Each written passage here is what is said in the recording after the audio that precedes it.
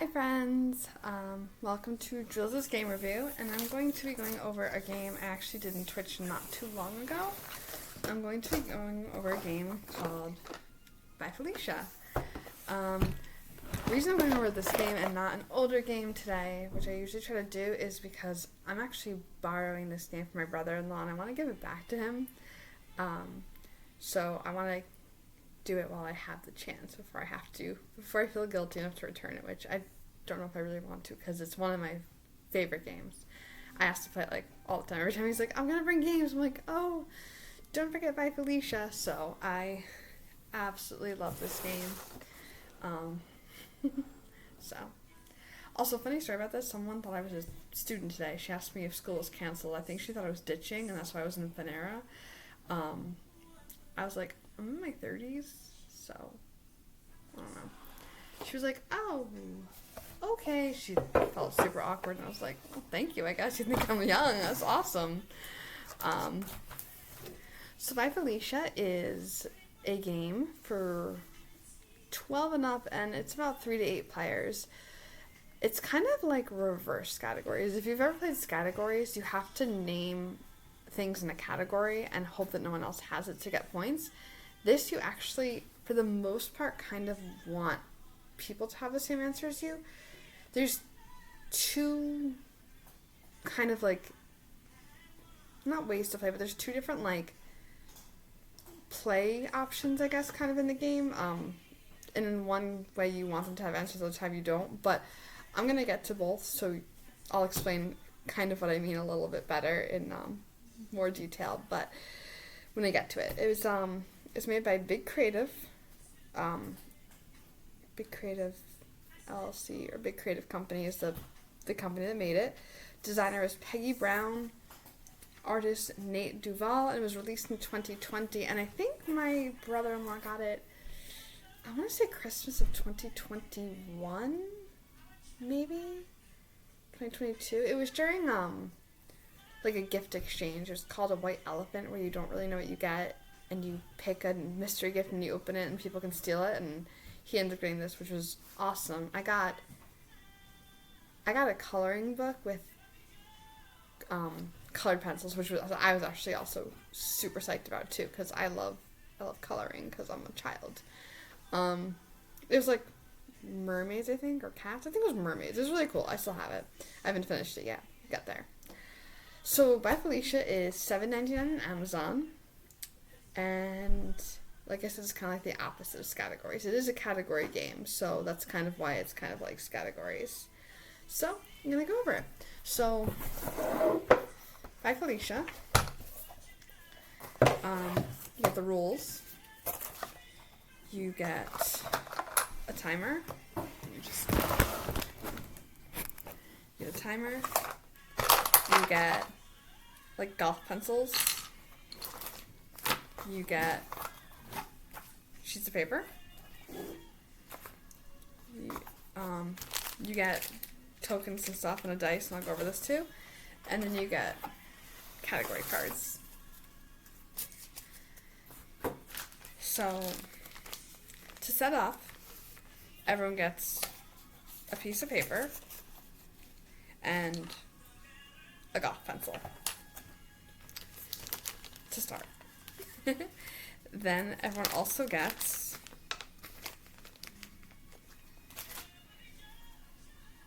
five of these little tokens. They have like a hand on the front and the game title By Felicia on the back. Everyone gets 5 of these.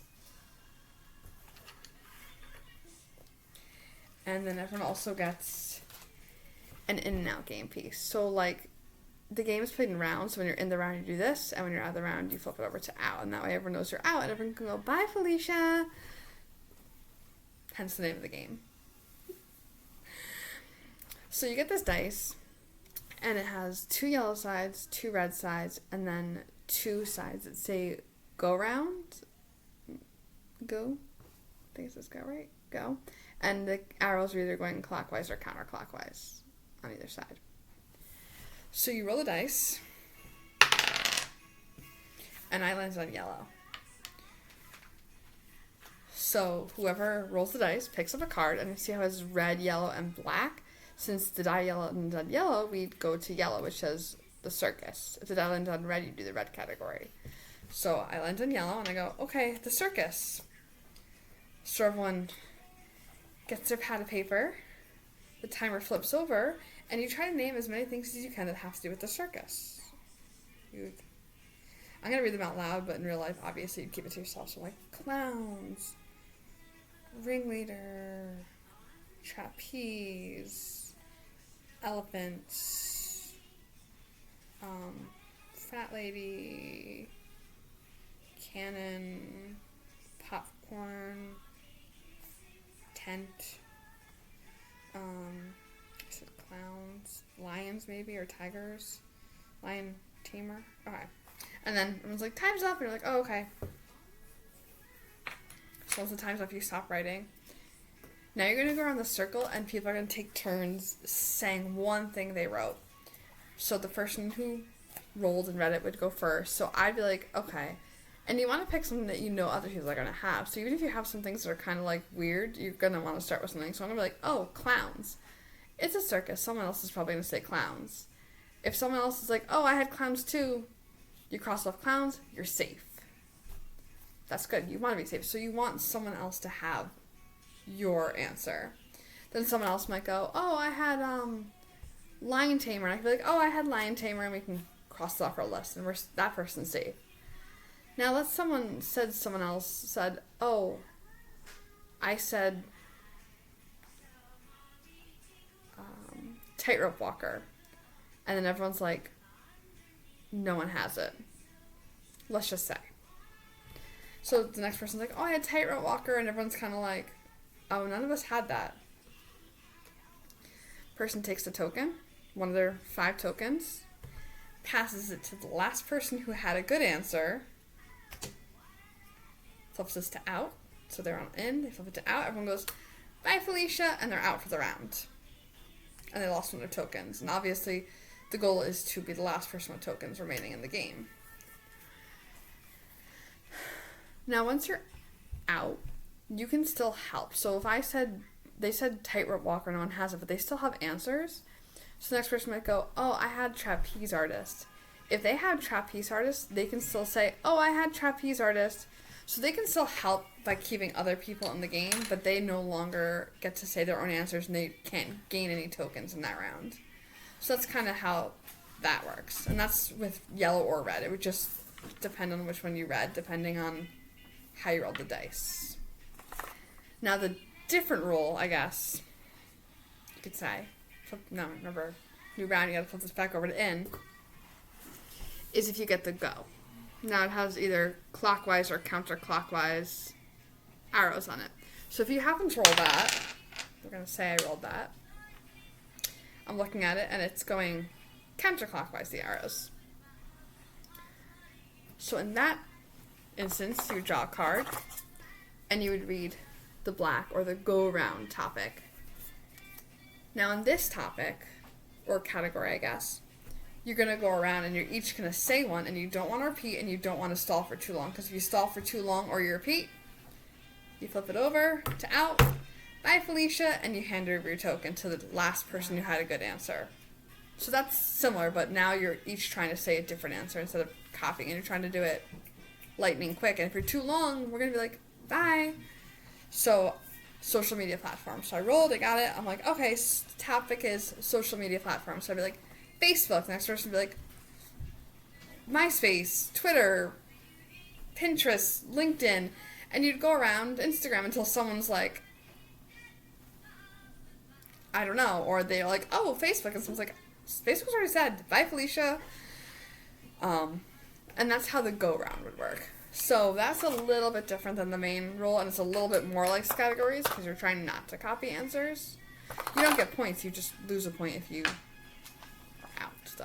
Unlike category, we're actually keeping score. So that's kind of how Bye Felicia works. Now, I like this game because though there are like kind of 2 rules, the rules are very easy to learn, and it's a very quick, easy way to explain the game. You can teach it in, I think we just all did it in like 6 minutes, and you could probably teach it quicker than that. And you can have 3 to 8 players, which I like, because I feel like you can play with a big group of people, and it's not like, oh, sorry, it's only a 2-player game. We're going to have a game night, but we can't play this. So I do like games that you can involve more people in, which I like this. There's a lot of topics, like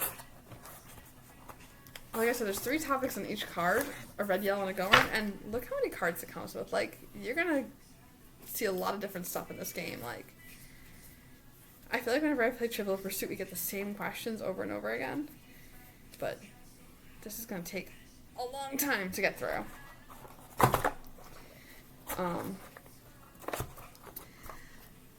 Age play is like 12 and up. You could probably play it with someone a little bit younger, but there is reading and writing involved, so you gotta keep cognizant of that fact if you're playing it with someone younger. But 12 and up is nice because you can play it with your kids or, younger cousins, which we played with, I think, 13-year-olds last time we played. They were either 12 or 13.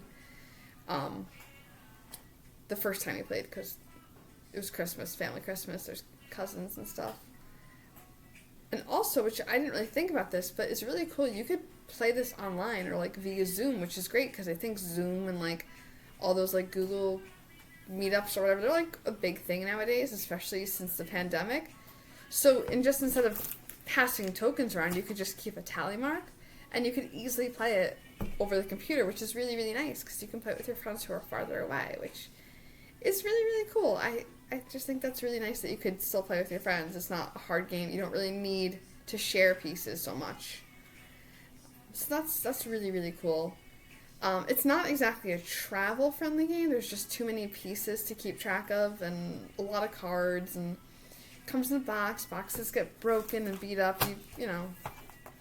And then there's the bickering over answers, which is a con if you don't like to fight. Me and my friends are always fighting over answers when you play, but it's part of the fun, I think. So,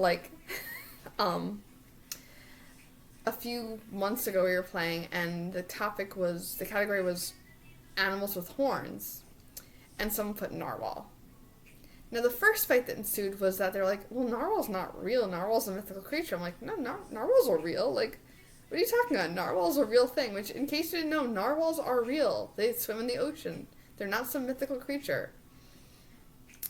So, okay, I'm like, yeah, but the horn is a tooth. It's not really a horn.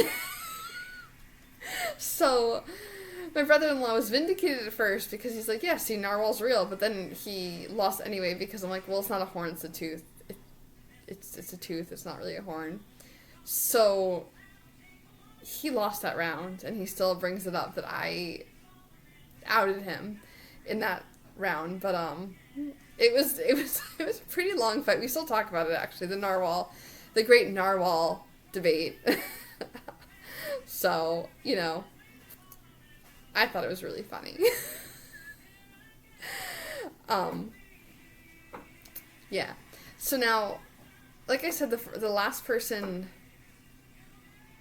to have tokens is the winner. Now, if you're playing for a really long time and you're getting tired and there's either a tie, a few people have tokens left, or 2 people both have 5 tokens and it's just not ending, you can go into a tiebreaker round, which basically you would get a go category, they would just go, and whoever wins that round would be the undisputed champ for the night or the game. So you can do that if you want to have a tiebreaker, or you just want to end the game. You're like, listen, everyone's out. We've all been out for a while. This is just not going to end. You can go into a tiebreaker, which would just be a go round. So there's that way too. So that way, because once you're out, you're out of all your tokens, you really can't play anymore. And then it's just a bunch of people sitting there fact checking your answers on Google, and it's 2 players playing, and everyone's like, all right, can we go into a new game here? We're bored. So there's that too. So that's a good thing to do if the game is just going on for a really long time. So that is by Felicia in a nutshell. I definitely recommend this game. Like I said, it's $7.99 on Amazon. So the amount of times we've played it, we've definitely paid for it in spades at this point. And it's just a really good family-friendly game. It's a lot of fun. The hilarity definitely ensues with the fights and the debates. Because that's the rule with the fights. if you're disagreeing, there's no rule in there that says everything has to be exact. It actually says you can debate on it. So one of the examples they give is oatmeal cookies versus oatmeal raisin. If I'm writing, if like the topic is cookies and I write oatmeal cookie and then someone else writes oatmeal raisin, does that count as the same or does it not? Are they the same cookie or are they different cookies? Now, I would say they're the same. They both have oatmeal. Oatmeal cookies are gross. I'm sorry if you disagree. I don't like oatmeal cookies. But you would get to debate and vote on that. So I'm like, well, I think they're the same. And someone's like, no, they're different. One has raisins, one doesn't. They're completely different cookies. You could, like, put it to a vote. There's no rule that says it has to be word for word. It just says, if it's close, put it to a vote. So that's why my brother-in-law lost narwhal, because we put it to a vote and it's a tooth. Also, one of my little cousins, when we were playing the first time, put Grand Canyon as a mountain. Grand Canyon's not a mountain. Grand Canyon's a canyon. She lost that one very quickly, but we had a lot of laughs with that. So it's definitely a fun game. Lots of laughs, lots of bickering, lots of fighting, but all in good fun, all in good fun. So I definitely would give this game, like, it's probably my top 5 favorites, and that's by Felicia. So for now, bye Felicia.